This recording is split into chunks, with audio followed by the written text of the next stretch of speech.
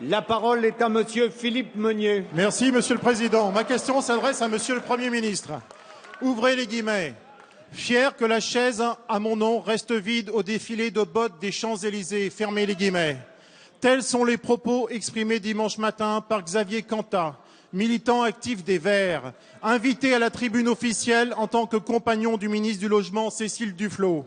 Ces propos ne sont pas acceptables. Monsieur le Premier ministre, vous êtes responsable de la défense nationale. Votre gouvernement dispose de la force armée et le président de la République est le chef des armées.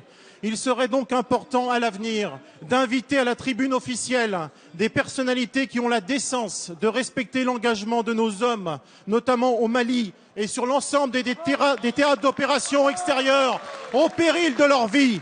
En 2011 déjà, Eva Joly avait clairement exprimé son désir d'abolir la fête du 14 juillet, reflet, selon elle, d'une nostalgie guerrière nauséabonde. Nucléaire, gaz de schiste, forces armées, métropole, les Français ont bien compris que vous n'êtes d'accord sur rien, sauf lorsqu'il s'agit de vous faire élire. Tout cela pourrait éventuellement être risible s'il ne s'agissait pas de la France et du respect dû à nos soldats au service de la République. Monsieur le Premier ministre, quand allez-vous, avec le Président de la République, remettre un peu de cohérence dans cette majorité qui n'en est plus une? La parole est à Monsieur le Premier ministre. Allez, Monsieur le Président, on écoute la réponse. Mesdames, Messieurs les députés, Monsieur le député, tous les membres du gouvernement, sauf obligation internationale, étaient présents à la cérémonie du 14 juillet et au défilé.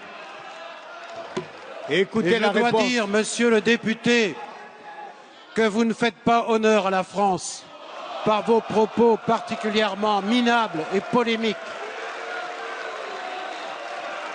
Je ne vais pas commenter davantage, écoutez. Mais avec tous ceux qui étaient là, calme. ces millions de Français qui ont suivi à la télévision publique pendant 5 heures les manifestations du 14 juillet, ont vu que ce qui nous rassemblait, au-dessus des polémiques, au-dessus des mesquineries, c'était les valeurs de la France, les valeurs de la République, liberté, égalité, fraternité. Et j'ajouterai aussi que lorsque les soldats de l'armée malienne ont défilé devant nous et devant le président Traoré par intérim, je dois dire que nous étions fiers de nos armées et de nos soldats qui ont, au nom de la France, au nom de la liberté, contre le terrorisme, mené un combat exemplaire, et nous étions fiers qu'on défile aux côtés des soldats français, les soldats d'Afrique et de l'armée malienne. C'est ça que j'aurais aimé entendre dire.